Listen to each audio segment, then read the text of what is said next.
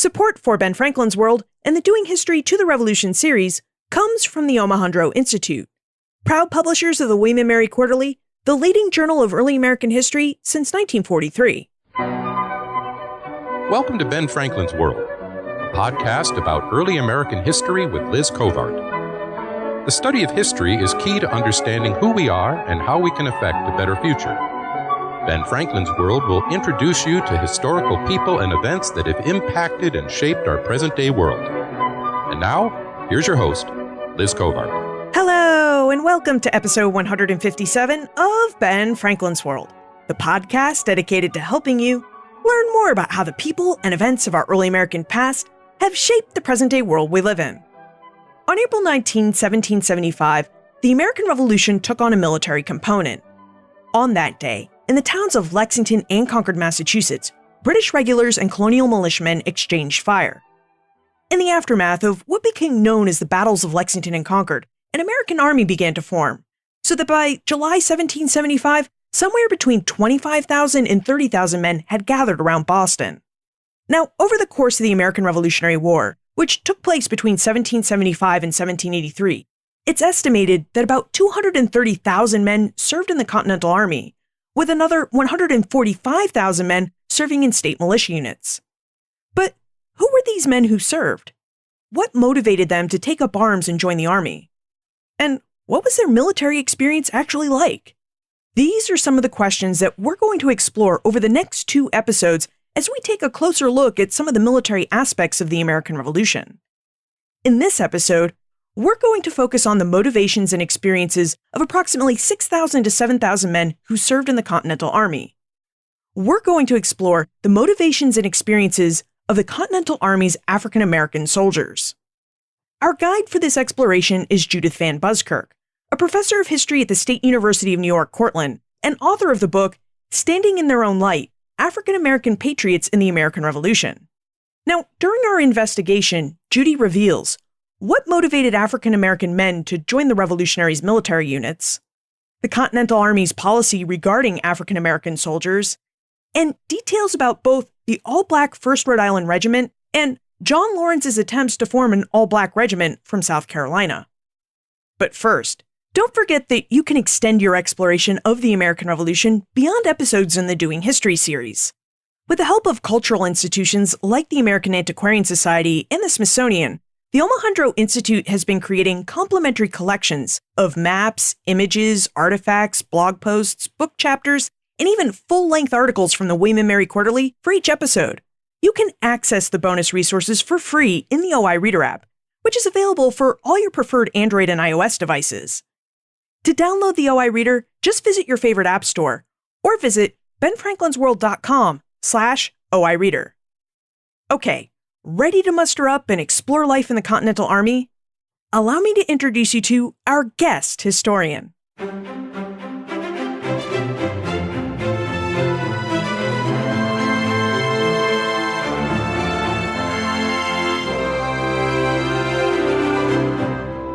Our guest is a professor of history at the State University of New York, Cortland.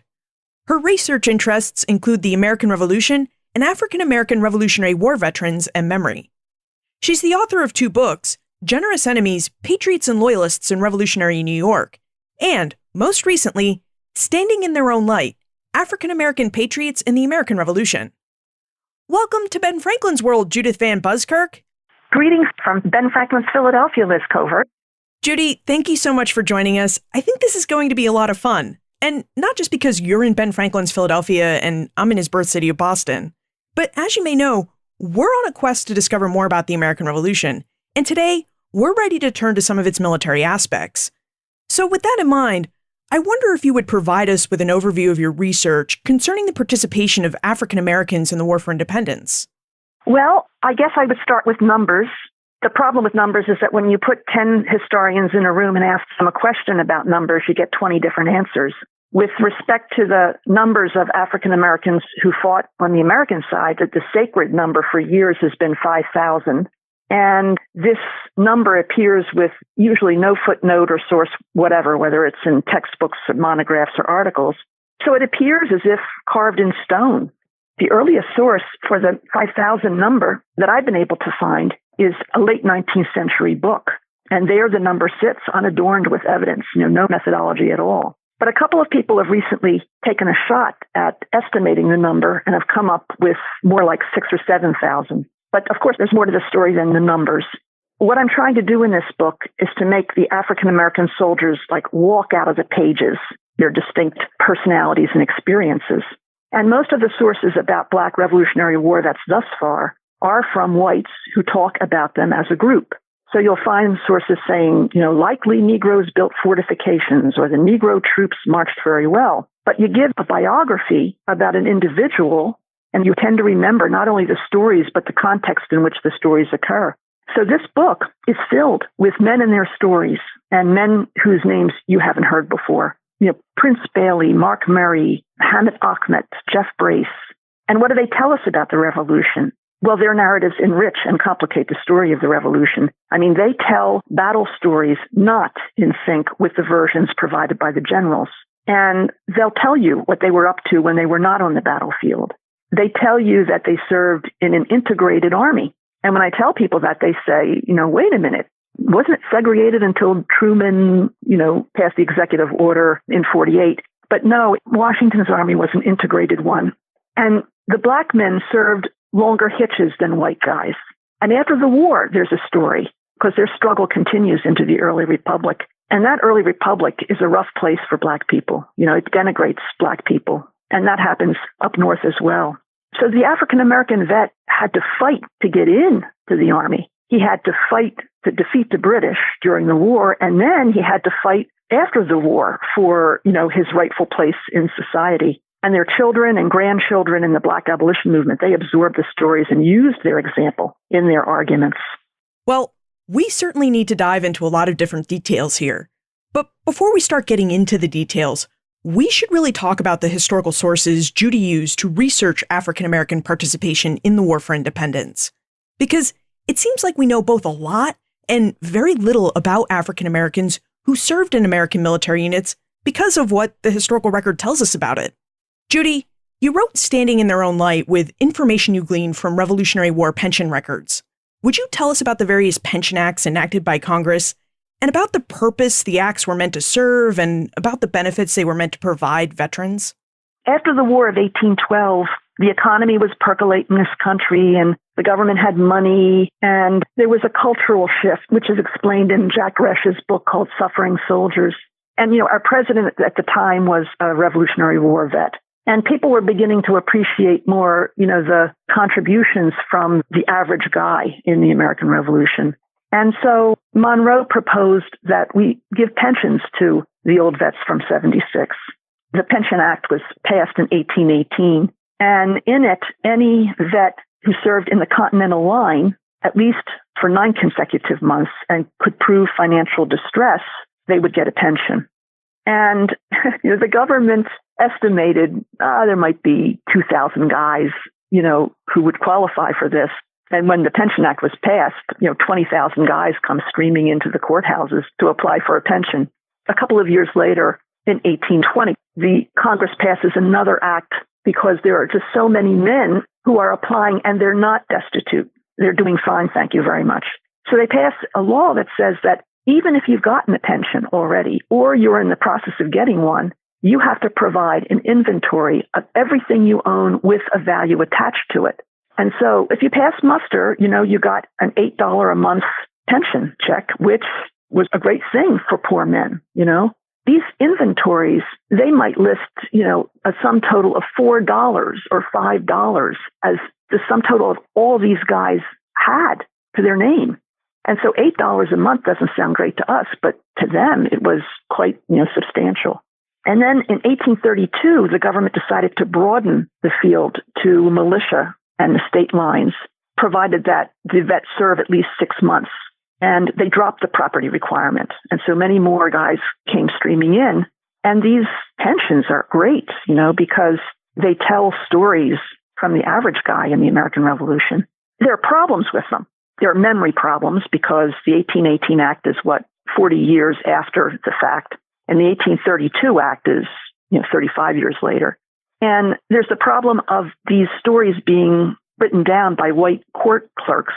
So they're filtering the story. And the stories are shaped by the questions that the government wants to know. In the legislation, they ask for certain information. So you have to keep all that in mind. But having that in mind, you read the stories that come through and they're phenomenal. I wonder if you could provide us with an example or two of the pension records you looked at and tell us about the stories you found in these records and how you were able to get at what actually happened based on the veterans' reporting of what had happened. So there's a vet who was present at the Battle of Freeman's Farm, which is part of the Saratoga campaign.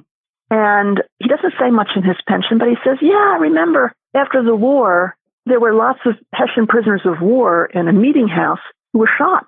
This is after the battle. And I thought, wow, I don't know that about the Saratoga campaign, But just because that says something doesn't make it true, right? So I went to the David Library of the American Revolution, and I started looking through histories of Saratoga. First, I looked at the general's reports, from the battle to the Continental Congress, and there was nothing about this in the sources. And then I started looking back, and I didn't find anything in the histories until Richard Ketchum wrote a book about the Saratoga campaign. And he found another primary source, and that was a woman's, it was a letter or a diary, and she was a person who went and nursed these Hessian prisoners of war after they were shot. Now, on the American side, they said something about the prisoners were trying to make an escape or something like that, but they were shot in the meeting house, according to these two sources.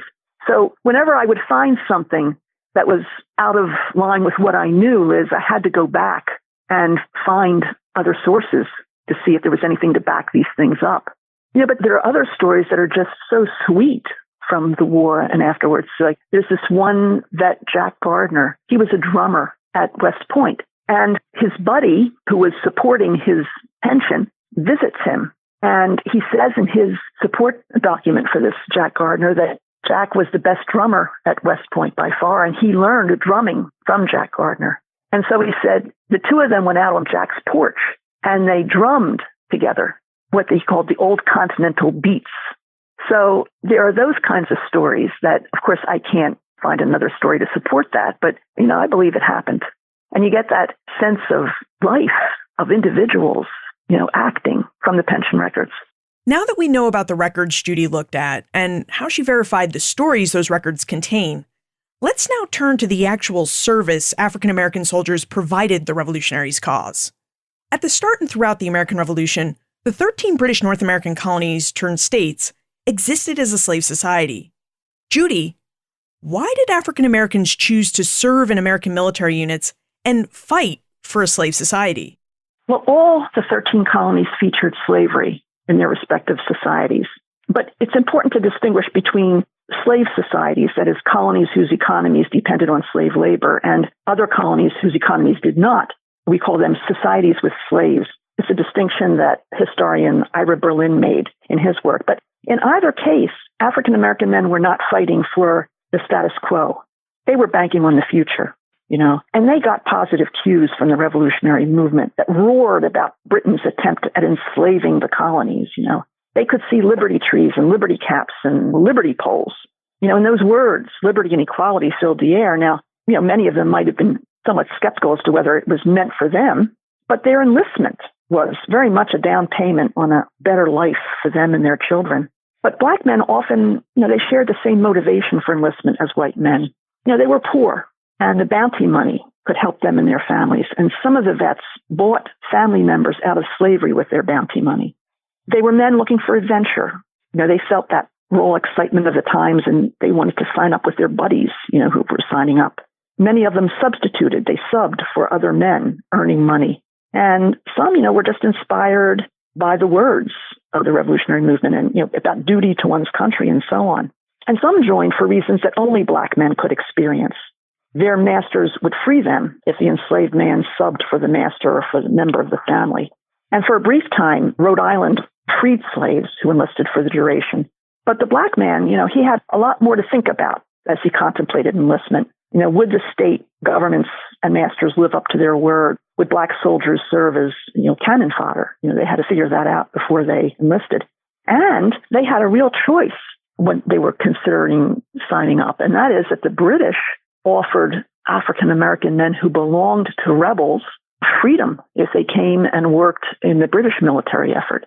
And that offer was reinforced by generals throughout the war. And it got to the point where I think it was General Clinton who said, if you come across the lines and you can adopt any employment and be free. So when these vets who fought in the Continental Line and in the militias, they really had a viable choice when they signed up.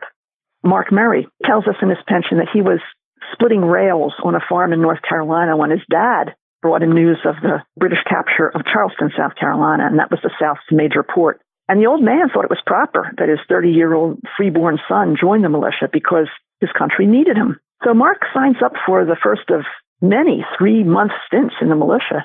And after each hitch, Mark presented his discharge papers, to his dad. So it was a little ritual associated with the end of each stint. So the British Army offered freedom to slaves who were owned by rebels and somehow made it into their ranks. But what did the Continental Army offer? Would you tell us about the Continental Army's policy concerning African American soldiers? I mean, did the Continental Army offer freedom as well, or was freedom offered just to men from certain states like Rhode Island? The Continental Army's policy on African American soldiers came from the civilian wing of the government, the Continental Congress. And at first, no blacks were to be recruited. And Washington's orders reflected this. No boys, no deserters, no Negroes. Washington asked the Board of War if he could distinguish between slaves and free blacks. No, said the Congress, no. Well, there were many free black men already in Washington's army from back in the Lexington Concord days, and they let it be known that they were, to use Washington's words, much dissatisfied. So in 1775, Washington approves the recruitment of free blacks, but then Congress hemmed him in again by stipulating that only black soldiers who participated in the army at Cambridge could enlist, no others, reaffirmed the Congress. And Washington then warned John Hancock, the president of the Congress, that soldiers who felt they were left out could seek employment elsewhere, which was a coded phrase for the Brits. They could go to the Brits. An alarmed Congress then allowed free blacks to enlist in early 76, excluding only boys, old men, and slaves. And, they served in an integrated army. There was one regiment in the Rhode Island line that featured black privates for only a couple of years with white officers. And there were also all-black companies of men with white officers. But for the most part, the Continental Army was integrated. And the laws associated with enlistment varied from state to state. Did the Continental Army's policy regarding black soldiers allow them to rise through the ranks as far as white men, given that it was an integrated army? No, there was the glass ceiling at the private level pretty much. A couple of my colleagues have pointed out, like one individual who might have been an African American and might have been an NCO, a non-commissioned officer. But I've not found evidence of this. They were pretty much at the private level throughout the war. And what was the overall experience like for African Americans who served in the Continental Army? Did they actually get to soldier and fight in battles? Or did the Army relegate them to manual labor tasks such as building roads and fortifications like redoubts? Well, black men both fought in battle and performed support duties, like constructing fortifications and serving officers. And while Southern states tried to take guns out of the hands of African Americans, 75% of black Southerners in my sample noted specific battles in their pension applications. And while being present at a battle doesn't necessarily mean that they saw combat, evidence of a wound would indicate that veterans were likely in the thick of the action. And more Southerners in my book noted being wounded than soldiers from north of the Mason-Dixon line, which was kind of interesting. And one vet, Liz, really sticks out for me, and that's Thomas Lively of the 8th Virginia. He survived the encampment at Valley Forge. He lost an eye at Monmouth in 1778. He was wounded in the leg at the siege of Charleston. He was a prisoner of war for 14 months, and then he hobbled into Yorktown where he participated in the siege. And, I'd like to nominate Thomas Lively for a posthumous Purple Heart and any other service medal applicable to his situation. And that's Thomas Lively of Petersburg, Virginia. He was penniless when he applied for a pension as an old man. And about, I'd say 20 of the soldiers in my sample mentioned seeing officers killed or wounded.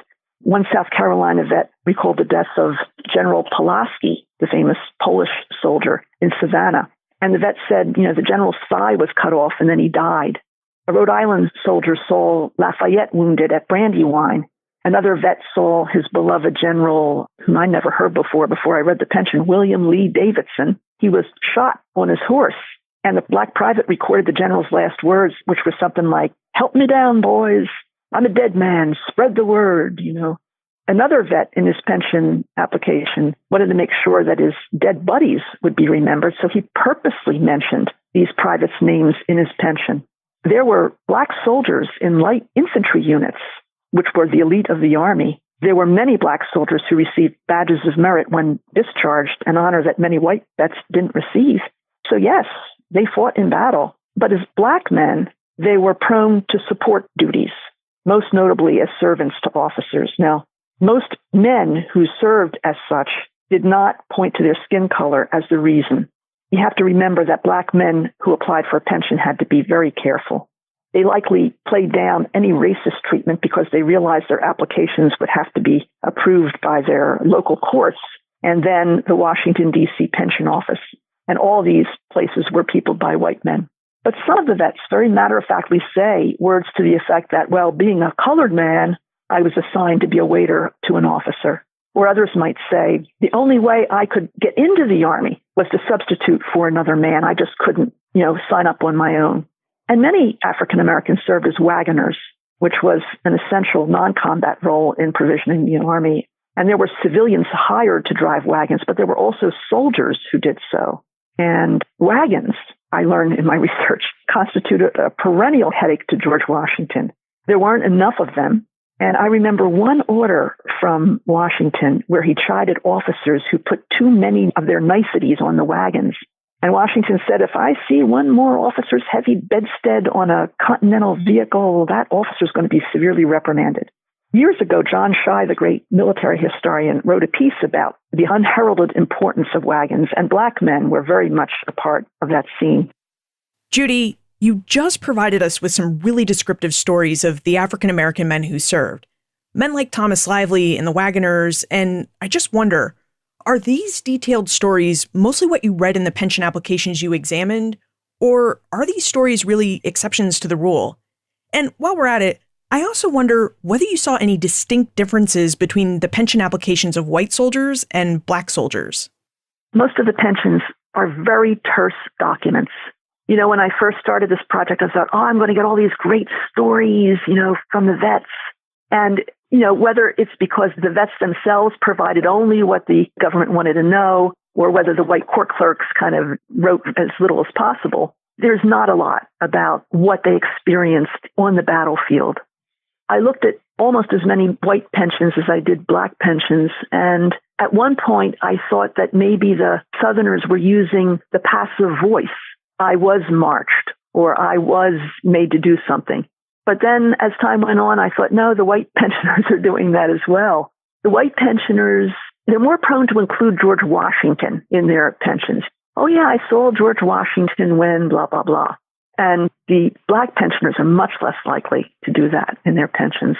They mention Washington, a couple of the guys who were in the line early on, say at the crossing of the Delaware and the Trenton action. Washington asks soldiers whose hitches are up at the end of the year, in a week's time, they're up, to stay. And some of the black men record having an actual conversation with Washington himself. So no, there's not a whole lot of a difference that I saw between white and black pensioners. Now, earlier in our conversation, you mentioned the 1st Rhode Island Regiment. Would you tell us about this regiment and how it came to be? Well, by the end of 1777, things were looking pretty bad for the Americans, and they were shellacked at Brandywine. They couldn't dislodge the Brits from the Philadelphia suburbs at Germantown. And so while the British settled in the American colony's largest city, Philadelphia, for the winter, and they had a pretty comfy time of it, Washington and his men, shivered through the winter at Valley Forge with understaffed regiments, including substantially reduced numbers within the regiments. And that was the case for Rhode Island. They had 2 regiments with very few men in them. So a contingent of Rhode Island officers, thinking outside the box, led by General Varnum, they approached George Washington with a novel idea. Let's set up a regiment composed of slaves who would become free men upon enlistment, provided that they served for the duration of the war. And African-American freemen had been serving in the Rhode Island line since the beginning of the conflict. And most recently, in October of 77, Rhode Island soldiers, including many blacks, under Colonel Christopher Green, had trounced an elite Hessian unit at the Battle of Red Bank in New Jersey. So the Rhode Island officers knew that black men made good soldiers. So they convinced Washington. Washington gave, tepid approval to the idea, enough to induce the Rhode Island Assembly to pass a slave enlistment law in early 1778. So every able-bodied Negro, mulatto, or Indian would enlist for the duration of the war, receiving the same bounties and wages as whites. And once approved by Colonel Green, the new recruits would be free.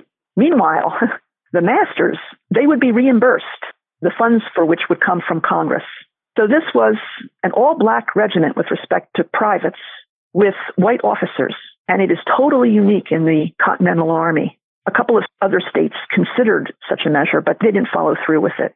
But there was a very narrow window for black men to enlist in the first Rhode Island because very unhappy slaveholders found themselves at a loss for the enslaved men who enlisted and soon learned that the Continental Congress was broke.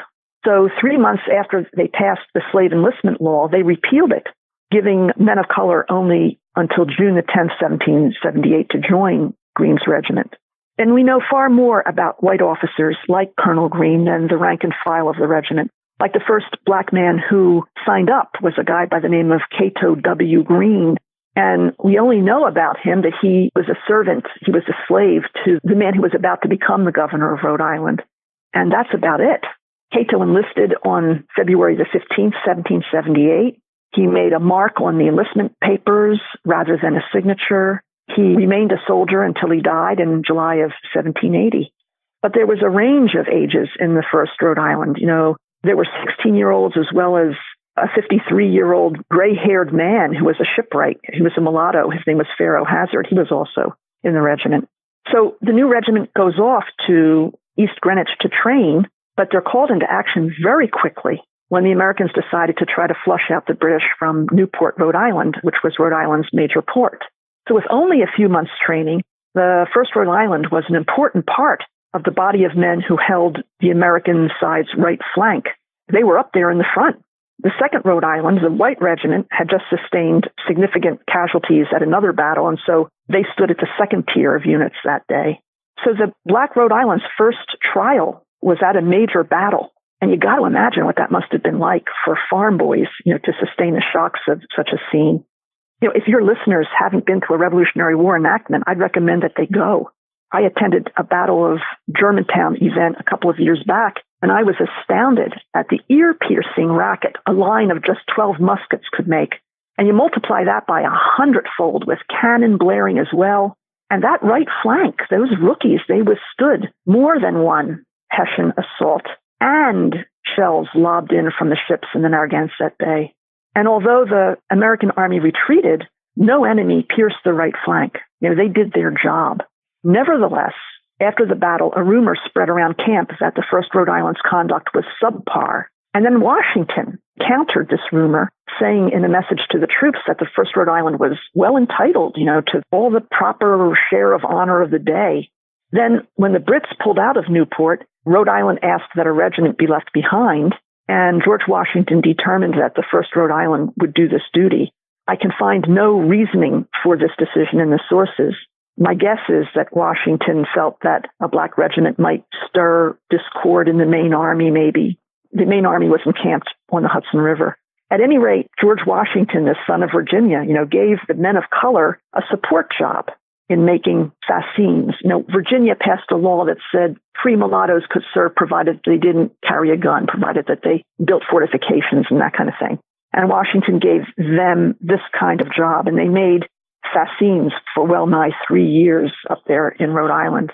But when the French army arrives in Newport, the first Rhode Island are ordered back to the American Army on the Hudson at the same time that the Army is reorganizing. So as of January 81, Rhode Island goes back to having one regiment, that is white and black men together with the remaining black men in two all-black companies within the newly named Rhode Island Regiment. So the first Rhode Island and the second Rhode Island become the Rhode Island Regiment. And it's integrated, but the companies are segregated. And in May of 1781, disaster strikes. A unit of Loyalist fighters completely surprised elements of the Rhode Island Regiment, killing several men, including Colonel Greene. But the survivors, they regroup and they march with George Washington's army and the French army down to Yorktown, what proved to be the last battle of the war.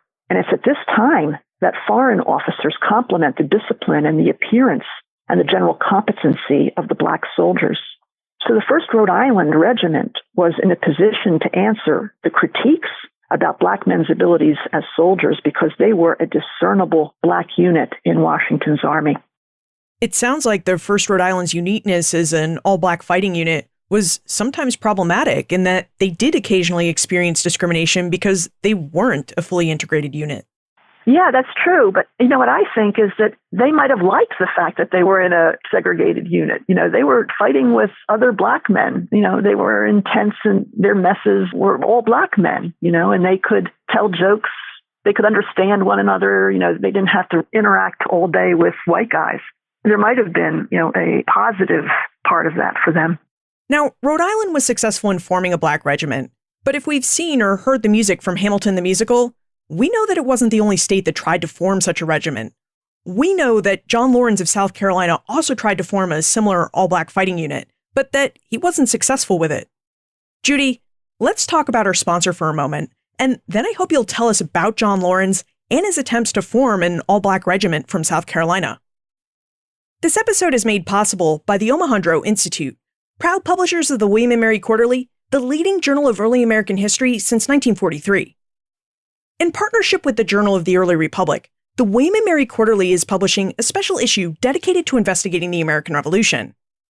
Now, why did not one but two early American history journals decide to reinvestigate the history of the American Revolution? Well, as we've been exploring, the American Revolution wasn't just one event, but a series of many events. Not just one response to a one-sided issue, but a many-faceted response to a many-sided issue, and there's still much more to discover. Now, you may be asking yourself, just how much more is there to discover about an event that took place nearly 250 years ago? This is one of the questions Michael McDonnell and David Waldstreicher have set out to answer in their William and Mary Quarterly article, Revolution in the Quarterly? For many years, historians tended to cluster together and search not for several explanations of the revolution, but for just one good explanation of the event. And since 1943, the William and Mary Quarterly has been a part of trying to provide that one good explanation. In fact, although how we view history changes over time, McDonnell and Waldstreicher have been able to trace how the William and Mary Quarterly has explained the history of the Revolution with just one truth at the core of all its articles about the Revolution. Now, what is this one truth, and how might the authors in the William and Mary Quarterly expand their definitions of and the questions they raise about the Revolution? Find out by visiting benfranklinsworld.com/WMQ promo, where you can order a copy of this special American Revolution-themed William and Mary Quarterly for a listeners-only discounted rate of just $10. So Judy, we're curious about John Laurens and his attempts to form a black regiment from South Carolina. Would you tell us about Laurens, his attempts, and why he was ultimately unsuccessful in forming an all-black fighting unit like Rhode Island did? John Laurens was the son of one of the most richest planters and biggest slaveholders in the South, and that is Henry Laurens, his father. And he grew up in a slave society whose population was about 60% black, with a concentration of those enslaved people on the coast, which is where John was brought up. And his father had amassed a fortune in a slave trading company when he got out of it in the early 1760s, privately expressing his opposition to slavery. Still, Henry Laurens owned 7 or 8 plantations in South Carolina and Georgia with hundreds of slaves. So John grows up at the major plantation with a father who makes noises about freeing his slaves sometime in the future. It was always in the future. And then at age 17, John, his father, a couple of his brothers, and a young slave, they traveled to Europe in 1771. And there, John attends school, first in London, and then he transfers to Geneva, where he devours Enlightenment thinkers, who oppose slavery. He returns from Europe, immediately signs up as a soldier, and joins George Washington's staff, where he befriends other supporters of abolition, Alexander Hamilton, the Marquis de Lafayette. And indeed, it was John Laurens who wrote the letter from George Washington to the governor of Rhode Island concerning the formation of a black regiment there, John loses no time in writing to his father about forming a black regiment in South Carolina, using his share of the slaves that he would have inherited as a nucleus for this regiment. And John thought, a stint in the military would be a great step between slavery and liberty, he tells his father. And the slaves, they're used to taking orders, so they'd be great soldiers. And John Lawrence has every expectation that his father is going to agree, because the father has been telling him forever that slavery is a bad thing and he wants to liberate his slaves. But the father, on receiving this letter, is alarmed. He says, whoa, not so fast. I need to see some mature deliberation here, young John. You run the risk of being ridiculed. Have you talked to George Washington about this? You're a Don Quixote, because not one other person has brought this idea up to me. And the slaves, they wouldn't cotton to this idea either. Why would they leave, the comfort of the plantation and their families to go off to war?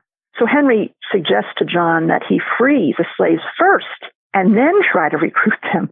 He says, I guarantee you nobody's going to take you up on your offer.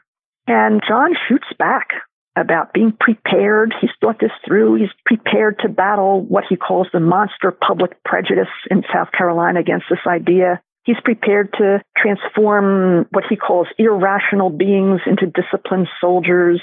He's even thought of the uniform they would wear. It would be a light color to contrast with their black skin and so on.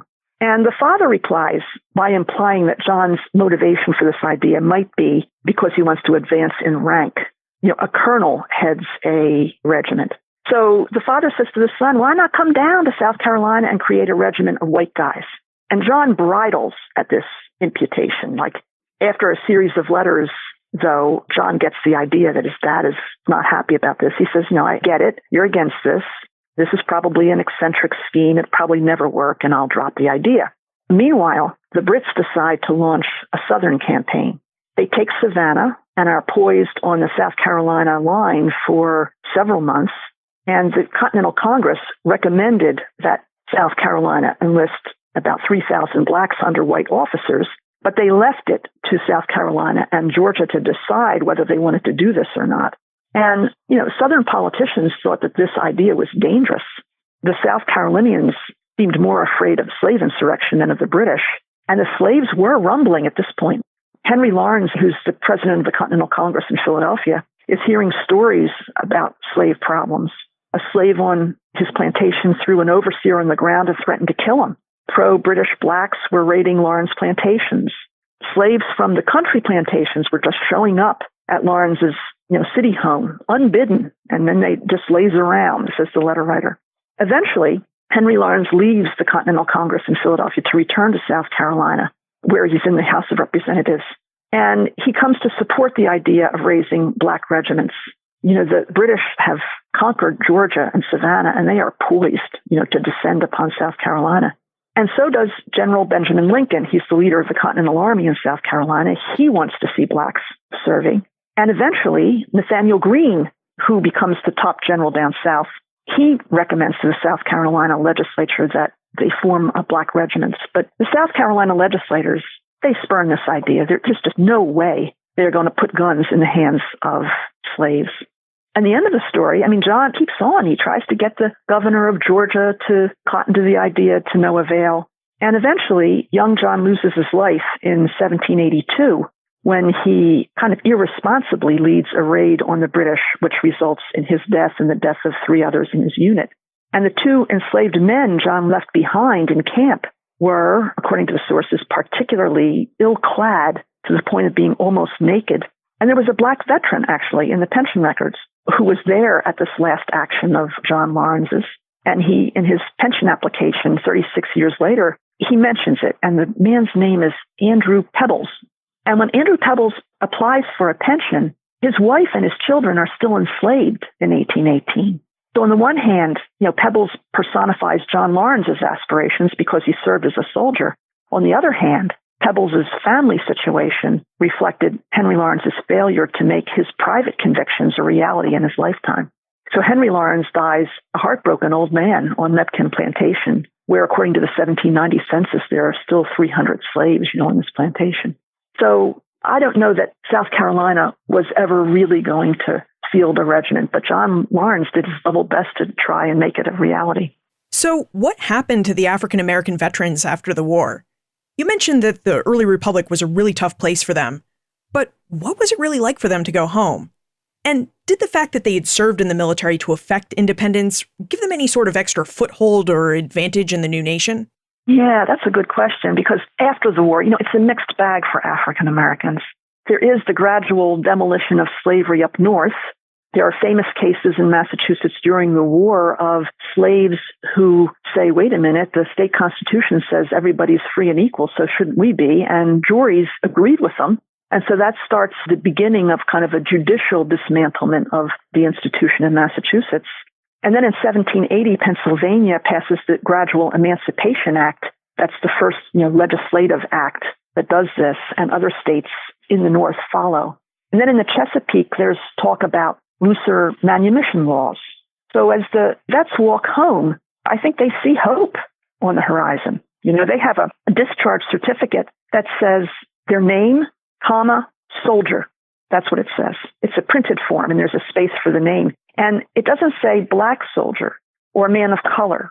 It just says soldier. And they often went home with badges of merit. So at the bottom of a discharge certificate, if their service merited it, they got a badge of merit. And not all whites get them. So it's the one thing, that black men could get that white men might not get, this recognition. And when they walk home, the families talk about seeing them in uniform and how proud they are of these guys.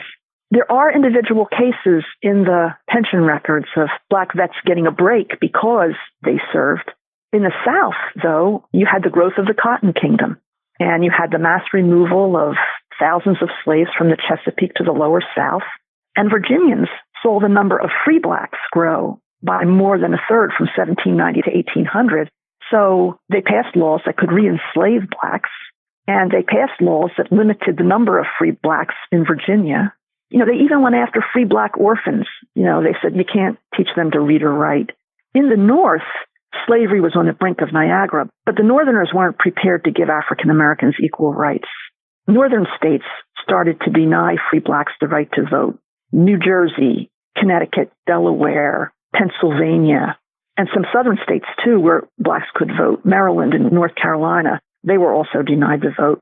In New York, the legislature raised the property requirements so high just for black men so that they effectively closed down the option to blacks in New York as well. And, what was that like for a veteran? New Jersey was the first northern state to take back the right to vote.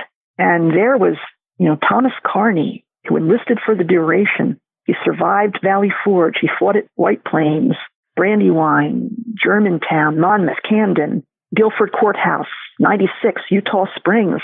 Now there's a man who gave everything but his life, and now he's told he's not worthy. And when Connecticut took away the right to vote from black men, there's Robin Starr, another of my vets, 6 years in the Continental line, a string of battles, wounded twice, a badge of merit winner, 2 badges of distinction winner, and now he's told he's not worthy. And there's one vet, I forget his name though, but in the same year that his state disenfranchised him, he got a letter from the federal pension office saying that he was a hero of the revolution. And as we turn the page onto the 19th century, there's what I call a frowning world for black people. There's greater violence against blacks. There's that ugly racist rhetoric about the innate inferiority of blacks, starting with Thomas Jefferson and Notes from the state of Virginia. There are pseudoscientists, who are proving that blacks are inferior because they measure the bumps on their head or they measure the angle of their skulls, and they proclaim these people as innately inferior. And I think that most white Americans in the 19th century would just as soon forget that African Americans contributed to the revolution. But the African American community is just not going to let that happen. The black community confronts every outrage that's thrown at them after the war and uses not only the rhetoric of the war, but the example of the black veterans, their sacrifice, their worthiness. So when white reformers dream up the idea of colonization, that is, freeing the slaves and then sending them far away, what seems like every black church up north roars its disapproval. And in each case reminds the country of the blood spilled in the revolution by black men. And when Pennsylvania moves to renege on black voting rights, a group of black Pennsylvanians, they produce this pamphlet, and they provide a veritable history lesson about the first Rhode Island. And the black vets themselves, they protest the injustices. So the black veteran stories, they continue into the early republic. They confront a frowning world, but they are not lying down about it. Many historians have argued that the American Revolution was a failure for African Americans. But in standing in their own light, you strongly disagree. So Judy, would you tell us why historians make that argument and how and why you disagree with it? Well, those historians generally say that the revolution didn't live up to its rhetoric, and they'd be right about that. I wouldn't disagree with that. But to dismiss the revolution because it didn't free all the slaves and deliver on its promise of equality, I think that's wrong-headed. The revolution was a giant motor for change for African American life. Chapter 1 of this book deals with the vet's life before the revolution, when slavery was unquestioned for the most part. Thomas Jefferson said the institution was just part of the monotonous order of things. People didn't really think about it. It just was. And African American voices were few and far between in this period. After the war, that changes. Slavery would never again be an uncontested part of American life. Growing free black communities loudly protested every one of the outrages that the white-dominated society threw at them. And at every turn, black leaders and writers and speakers pointed to their fathers and their grandfathers in the Revolutionary War. So how do we get from 1783 to the 13th Amendment in the 1860s? Up until now, we've ignored the vets of 76. The African-American soldiers of the Revolution, they played a role. And they not only inspired the Black abolition movement, but they themselves, in the midst of an increasingly toxic racial environment, walked up those courthouse steps to get their pensions, and just as much to claim their due and proclaim their worthiness. Now, these events, of course, never make it to the front page of newspapers, but I believe that liberation often starts with small stories, and these vets of 76 all across the land, from 1818 to the mid-1840s, are reminding those in their communities that black people belong in the country's founding story and are as deserving of a fair life as any white person. Let's jump into the time warp. This is a fun segment of the show where we ask you a hypothetical history question about what might have happened if something had occurred differently or if someone had acted differently.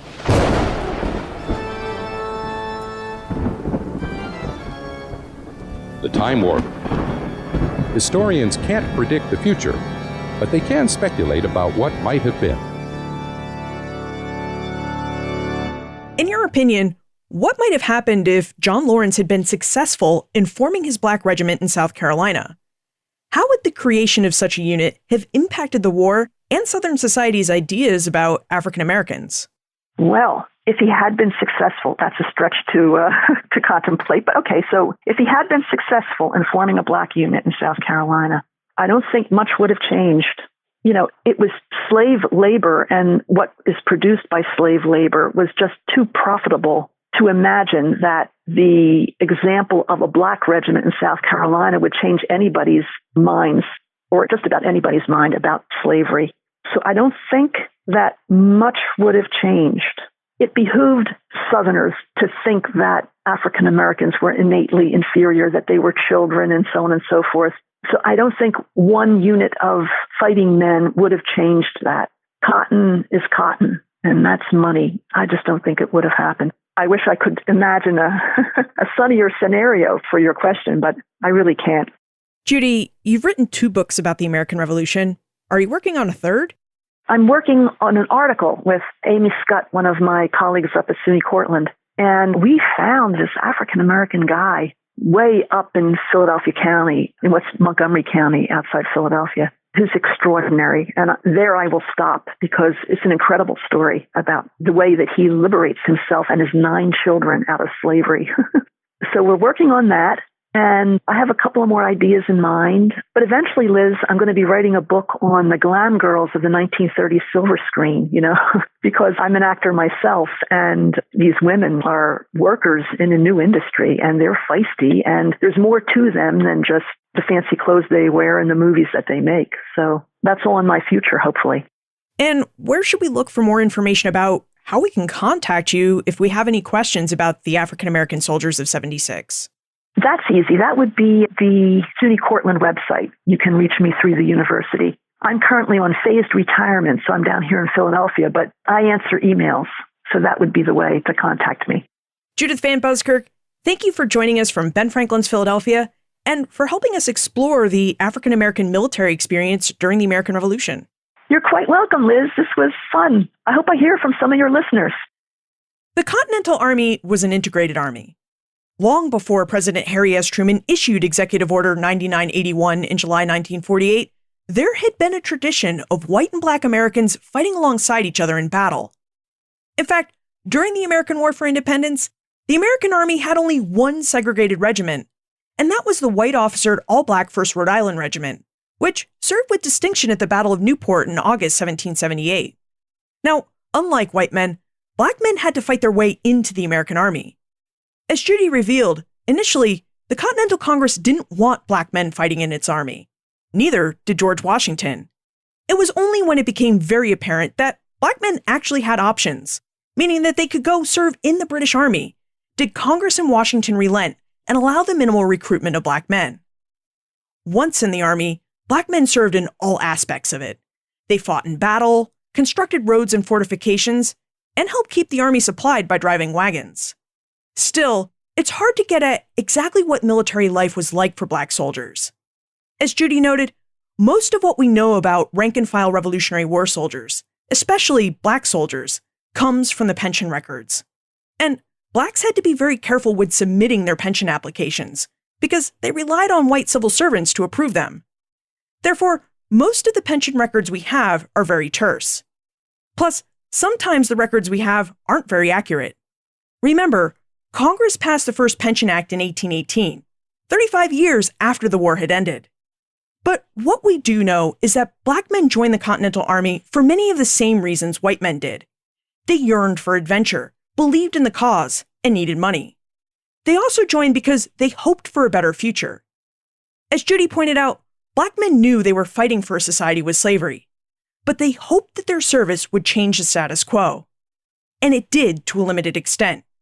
After the Revolution, many began to question the institution of slavery, and some states began to dismantle it. Plus, black and abolitionist communities also used the example of black veterans to challenge limited access to rights and equality. As Judy noted, the American Revolution didn't live up to its rhetoric, but it still proved to be a motor of change for African Americans.